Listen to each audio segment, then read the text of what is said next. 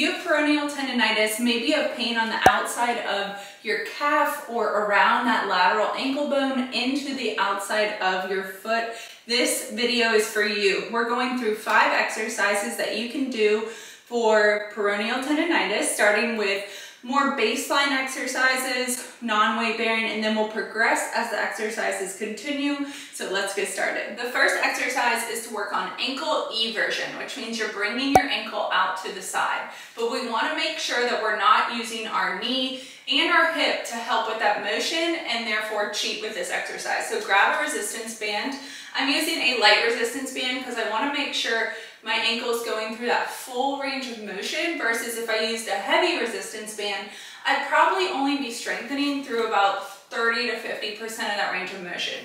So it's okay if you're using a light resistance band. I actually encourage it. So go ahead and place that loop around the ball of your foot on both sides. And all I'm going to do here is hold my knee. You can also put 2 fists between your knees here as well, so you don't move that knee and that hip. We don't want the motion coming from your hip. So place 2 fists between your knees, and all you're going to do here is pivot on your heel as you bring that foot out to the side and back. This is a pretty small motion, but you'll start to feel it working along the outside of that calf into the base of your foot. I recommend doing about 20 to 30 reps of this. This is a high rep, low resistance exercise just so you can start to strengthen into ankle eversion. Moving on to exercise number 2, we're going into toe taps. So one thing if you have peroneal tendonitis is you have to work on that ankle stability, specifically into single leg. So you're going to stand on the leg that has the discomfort or the pain. I place my hands on my hips to make sure I'm not rotating my pelvis or dropping one hip. And all I'm going to do is tap that other foot out to the side. So all my weight is on the stance leg as I tap it out to the side. Now with this, you can easily just go through the motions and it doesn't really matter. You're not even working on form. But what I want you to really focus on is driving your big toe into the ground and making sure as you do that, your pelvis is facing straight ahead. It's really common to rotate that pelvis out as you do this. So make sure, slight bend in the knee, you're loading your glutes and your quads. Push that big toe into the ground and tap out. This is introducing you to some single leg stability work and loading that tendon. I recommend again doing 20 to 30 reps of this and taking breaks as needed. Exercise number 3, you're gonna need a foam block or a pillow works as well because it's gonna provide some uneven support, which means you're gonna have to stabilize with your ankle more. So place it on the ground, be near a wall or chair for balance, and all you're gonna do, place that ankle, or place the foot that has the pain on the foam block, and you're gonna lunge back and then drive that knee up. Hold on to the wall if you need to, but I want you to really focus on as you drive back and drive that opposite knee up, balancing on that one leg. Now this is gonna be like a dynamic balance, so again, it's okay if you're kind of unsteady, just have that wall or chair nearby.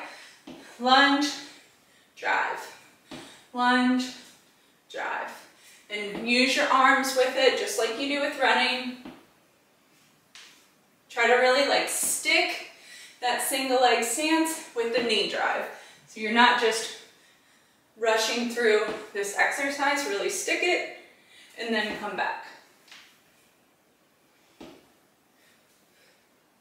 Try 2 sets of 15 with that exercise. Again, high volume, high rep, low resistance. So we can really work on strengthening and stabilizing that. If you like these exercises and want more, maybe you want a full rehab plan, you're ready to get back to pain-free running, check the show notes below for the foot and ankle program. It's a top-rated rehab program for runners, whether you're dealing with peroneal tendonitis, shin splints, Achilles tendonitis, plantar fasciitis. This program is for you. It's 12 weeks long and it includes running-specific rehab exercises. So check that out below. Exercise number 4, you're gonna need a wall and we're gonna stand about 2 feet away from the wall. Now I just want you to stand on that one leg that has the discomfort, lift the other leg up, and we're gonna go into a single leg heel raise.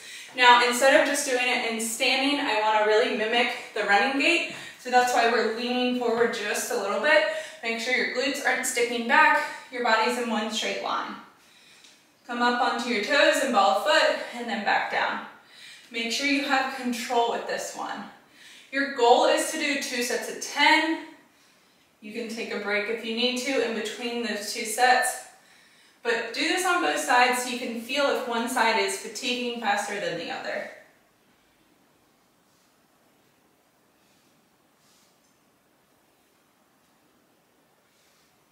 Exercise number 5 is one of the harder exercises as we progress. So grab a light dumbbell. I have an 8-pound weight here, and we're going into a single leg dumbbell pass.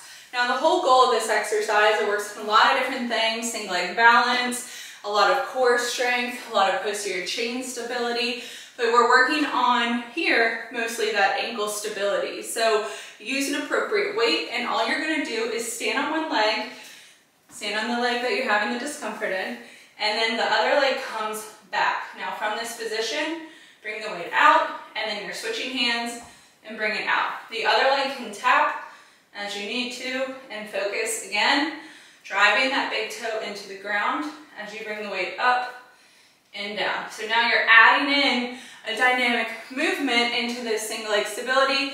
Add more weight to make it harder, and then if you need to modify, if you're not ready for the weight, you can always do it with body weight. Adding in this motion of the hands, it's going to force your ankle to stabilize more when you're balancing on that one leg as you're moving those hands.